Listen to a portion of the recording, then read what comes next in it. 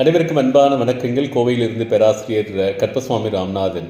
இப்போ நமக்கெல்லாம் தெரிஞ்ச ஒரு விஷயந்தான், வெற்றி படிகளை எப்படி கடந்து செல்வது. அதுக்கு என்னோடய முதல் படி எப்படி இருக்கணும், என்னோடய ஃபர்ஸ்ட் ஸ்டெப் எப்படி இருக்கணும்.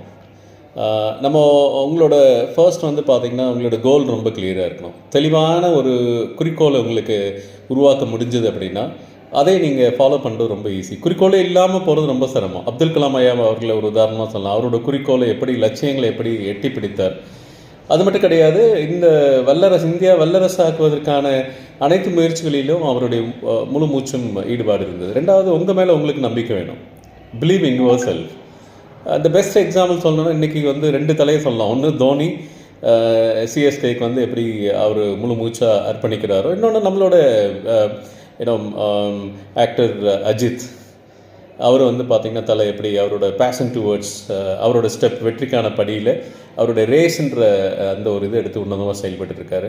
சின்னதாக தொடங்கணும், ஸ்டார்ட் ஸ்மால் சொல்லுவாங்க. பெஸ்ட் எக்ஸாம்பிள் ரத்தன் டாட்டா சொல்லலாம். அவங்க அந்த ஐயா அவங்களுடைய முயற்சியில் எல்லாமே சின்ன சின்ன ப்ராஜெக்டில் இருந்து தான் ஆரம்பிச்சது. இன்றைக்கி தெரியும் எவ்வளோ பெரிய ஒரு கம்பெனியாக வளர்ந்துருக்குன்னு சொல்லிட்டு.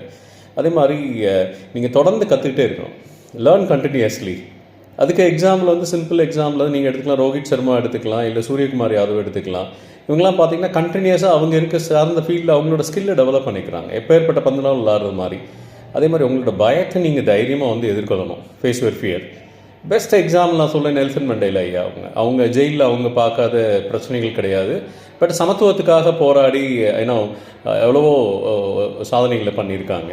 எதுவுமே திட்டமிட்டு செய்யுங்க, பிளான் பண்ணி சொல்லுங்கள். வடிவேல் சொல்கிற மாதிரி தான், எதனால என்ன செய்யுங்க, பிளான் பண்ணி பண்ணுங்கள். பெஸ்ட் எக்ஸாம்பிள் பார்த்திங்கன்னா எலன் மஸ்க் தெரியும். அவர் தான் இன்றைக்கி உலகத்தில் டெக்னாலஜியை அடுத்த ஜென்ரேஷன் தாண்டி கொண்டு போகிற அளவுக்கு திங்க் பண்ணி போயிட்டுருக்காரு. நீங்கள் ரெஸ்பான்சிபிலிட்டி எடுங்க, பொறுப்பை எடுத்துக்கோங்க. மகாத்மா காந்தி எடுத்துக்கோங்க. இன்றைக்கி மாதிரி சோஷியல் மீடியா கிடையாது, இன்டர்நெட் கிடையாது, எதுவுமே கிடையாது. பட் அவர் இந்தியா ஒருங்கிணைச்சி பார்த்து சுதந்திர போராட்டத்தை முன்னிறுத்தினார்.